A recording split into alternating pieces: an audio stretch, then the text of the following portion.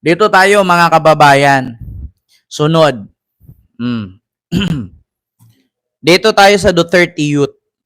Duterte Youth ha mga kababayan. Ano nga bang meron sa Duterte Youth?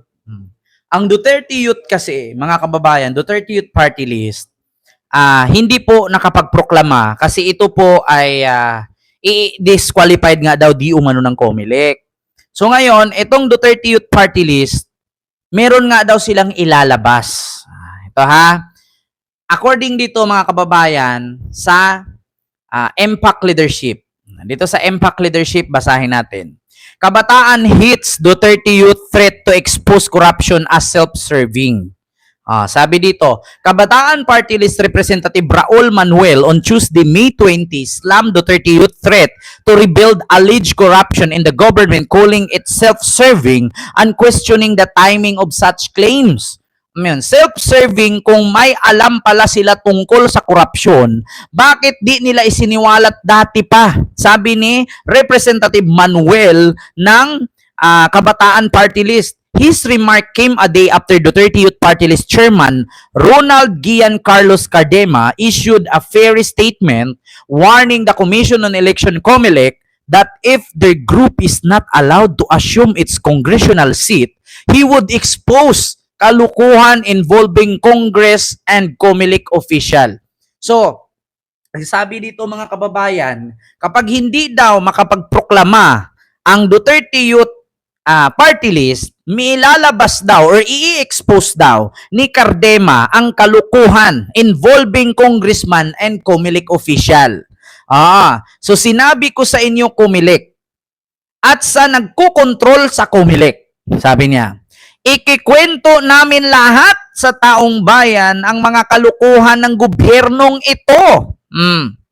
Cardema said, claiming knowledge of how millions of pesos are allegedly made through government decision accreditation project and funds. So allegedly lang pala eh. Diba? Cardema insisted that Duterte Youth only wants to fulfill its advocacy to serve as an opposition voice in Congress and support the armed forces of the Philippines and PNP in combating enemies of the states. On May 19, the COMELEC proclaimed 52 of the 54 winning party list group in the 2025 election. Duterte Youth Proclamation was withheld pending resolution of disqualification petition over alleged grave violation of elections law. So ang sabi dito ni Cardema, kapag hindi sila mapaupo sa Congress, yung Duterte Youth kasi na pangalawa sila ngayon, nakakuha sila ng 2,300,000 yata or 200. Ang sabi, sinabi ko sa inyo COMELEC at sa nagkukontrol sa COMELEC, kapag kami hindi ninyo pinaupo at hinahayaan lamang maging magsalita sa advokasya namin sa bansa, sasabihin namin sa taong bayan lahat ng kalukuhan sa Kongreso at COMELEC kung paano nagkapera ng milyon-milyon ang mga decisions accreditation at project at funds. Sabi niya, nagbanta siya dito na ilabas daw niya ang kalukuhan or baho ng nagkontrol sa COMELEC at sa Congress kung paano daw nagkapera ng milyon-milyon ang mga decisions, accreditations, and project at funds. Ngayon, sumagot naman itong si Representative Raul ng Kabataan Party List. Sabi niya, self-serving? Kung may alam pala sila tungkol sa korupsyon, bakit di nila isiniwalat dati pa? Nasunog sila dito kay Representative Raul ng Kabataan Party List. Kung meron palang alam si Cardema patungkol sa buwatan ba? Nitong paano nagka-pera ng milyon-milyon, sa mga decision accreditation at project at funds ang Congress at ang gobyerno ni Marcos. Bakit hindi nila isiniwalat noon? Bakit ngayon pa nang hindi sila nakaupo? Pamba-blackmail ito eh. Naku, anak man siguro ni Bato, kusog man muhilak. Sabi ni Nancy Manlosa. Kaya minsan mas gusto ko pa bumoto sa mga progresibo eh. Kung ibang may prinsipyong individual na lalamon agad ng kultura pag sila ang nakaupo. Yeah? Sabi ni Matthew, isa pala kayo sa dahilan bakit di nawawala ang korupsyon kasi tahimik lang kayo kunwari may alas. Sabi ni Vincinco, 'di ba?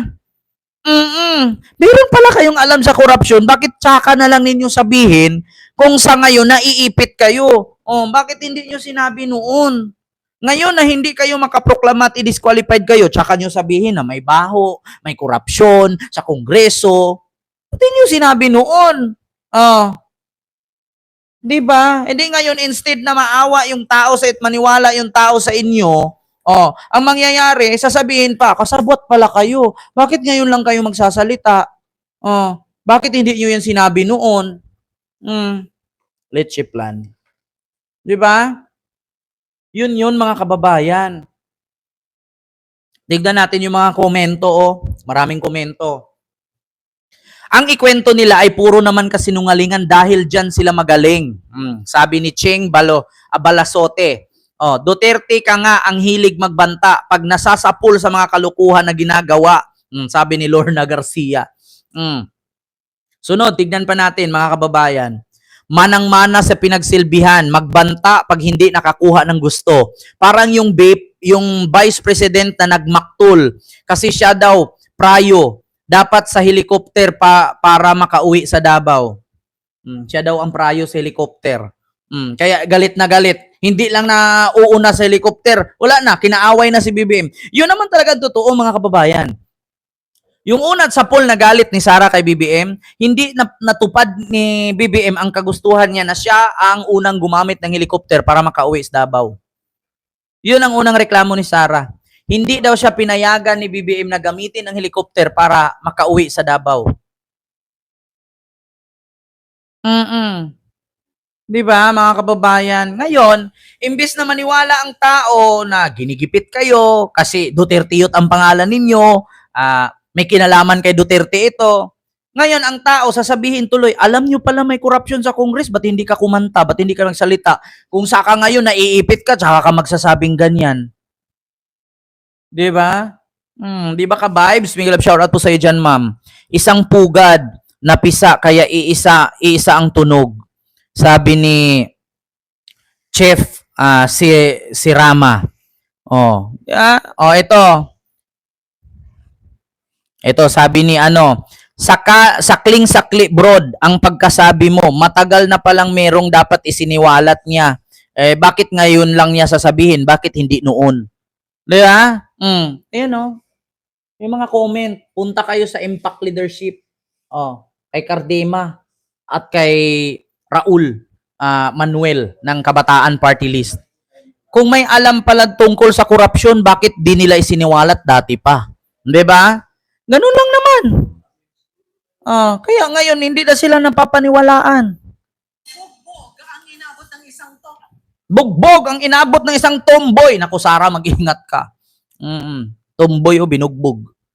So, yun lang mga kababayan. Klarong-klaro naman po siguro. So, yun. Dito tayo, mga kababayan. Panghuli nating pag-uusapan. Sara Duterte at Bongo, may possibility kaya na maglaban sila sa 2028?